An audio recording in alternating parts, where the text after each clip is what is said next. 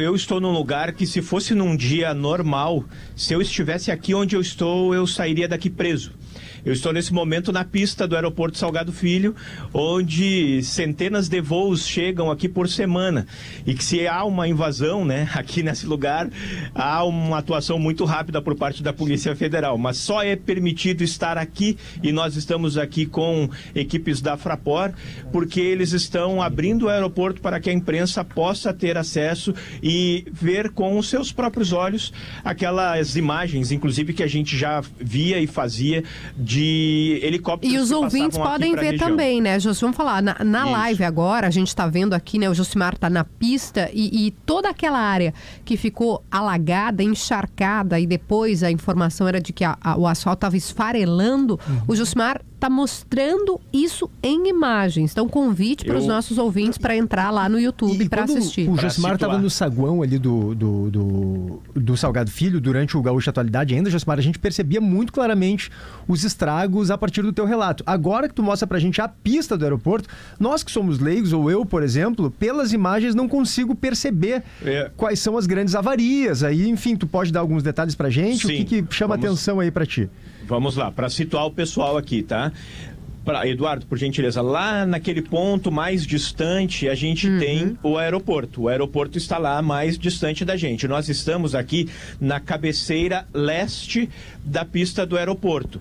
Aqui para nossa esquerda, Eduardo, onde tem ali aqueles tratores, fica a Sertório, Avenida Sertório. E ali onde estão aqueles tratores era onde estavam as bombas dos arrozeiros e de uma construtora que veio aqui atuar para escoar essa água que estava acumulada no aeroporto. Foi um trabalho de 9 dias que foi encerrado ontem e agora o pessoal aqui está se desmobilizando. A gente está vendo já os encanamentos já sendo transportados para fora do aeroporto porque a região está praticamente seca. A parte onde nós vemos grama são os pontos onde estão próximos das bacias de contenção. Ali próximo dos tratores passa o arroio Areia.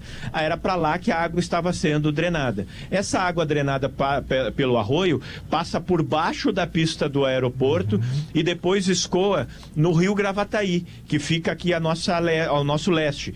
E lá no rio Gravataí tem uma bomba da Sabesp que puxa também essa água excessiva para não fazer com que o que sai do aeroporto Salgado Filho acabe alagando uma outra região da cidade. Sobre pista, PG, nós estamos na parte que ficou mais tempo seca. Aqui é a parte que foi construída nova, aqueles 900 metros que a Fraport construiu na ampliação da pista do aeroporto Salgado Filho. Então aqui a gente consegue até ver, não sei se vai dar para ver pelas imagens, tem umas ranhuras aqui no asfalto. Dá pra ver. Isso aqui é normal.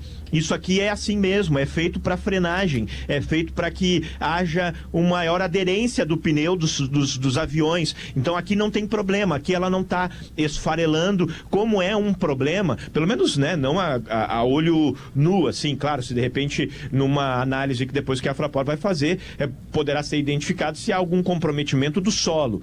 Mas essa parte foi a parte que menos foi afetada. Na outra ponta, aí sim do outro lado, são os prejuízos, mais né? Distantes, lá é que tem problema. Lá é onde e nós vamos para lá posteriormente, não é porque a Fraport só mostrou um lado da pista, não.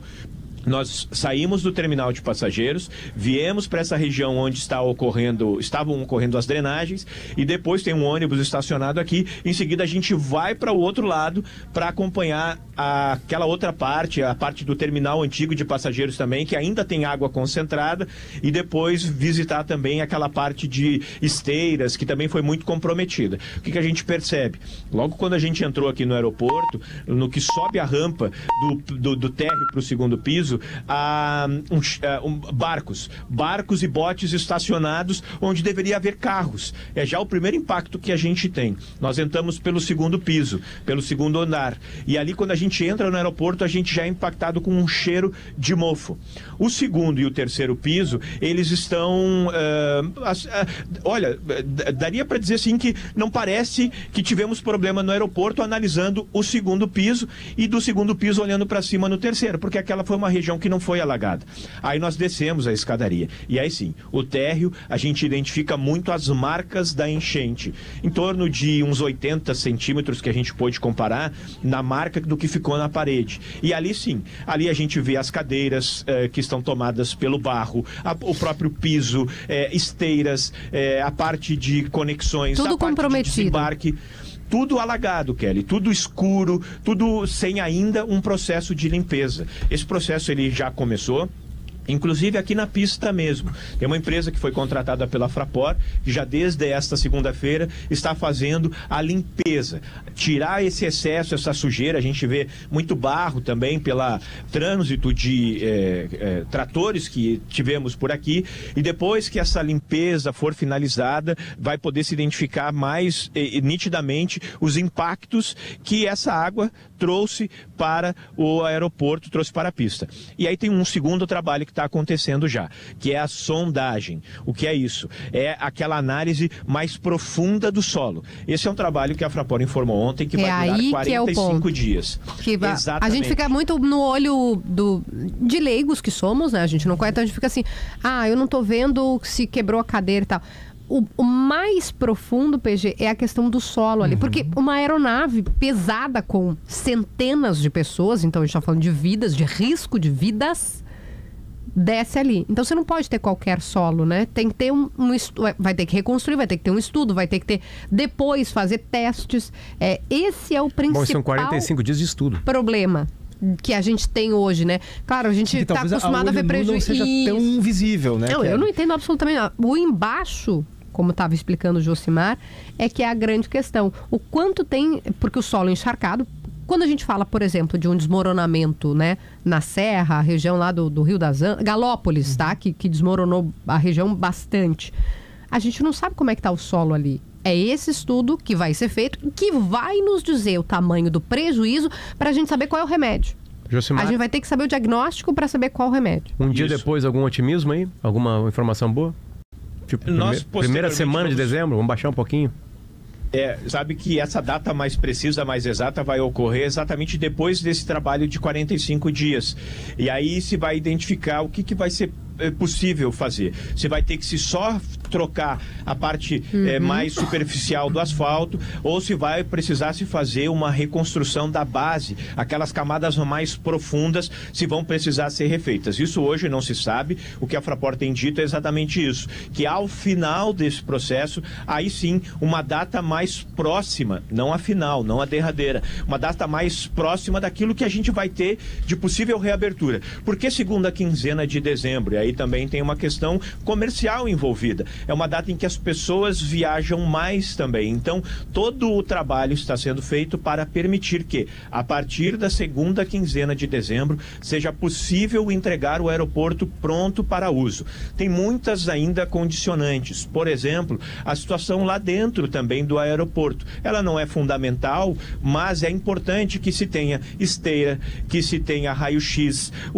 Nós passamos ali pelos elevadores do saguão principal, os elevadores foram erguidos, mas a parte mais estrutural, né? baixa do elevador, Potter, tem água ainda acumulada lá. Ele não pode operar nessas circunstâncias. Muitos dos equipamentos que precisarão ser adquiridos pela Fraport vêm de fora, vêm do exterior, eles precisam ser trazidos para cá. E quanto tempo isso vai demorar? Qual a agilidade que vai se ter? E também tem essa questão contratual que envolve sim um pagamento do governo para ações extraordinárias. Não havia previsão contratual para uma situação como a gente vivenciou aqui. Então não se pode apenas dizer que a Fraport teria que fazer a reconstrução se não estava previsto em contrato. O que está previsto em contrato se cumpre. Pode até, por vezes, ocorrer da empresa fazer mais do que está previsto. Isso acontece nos contratos de concessão.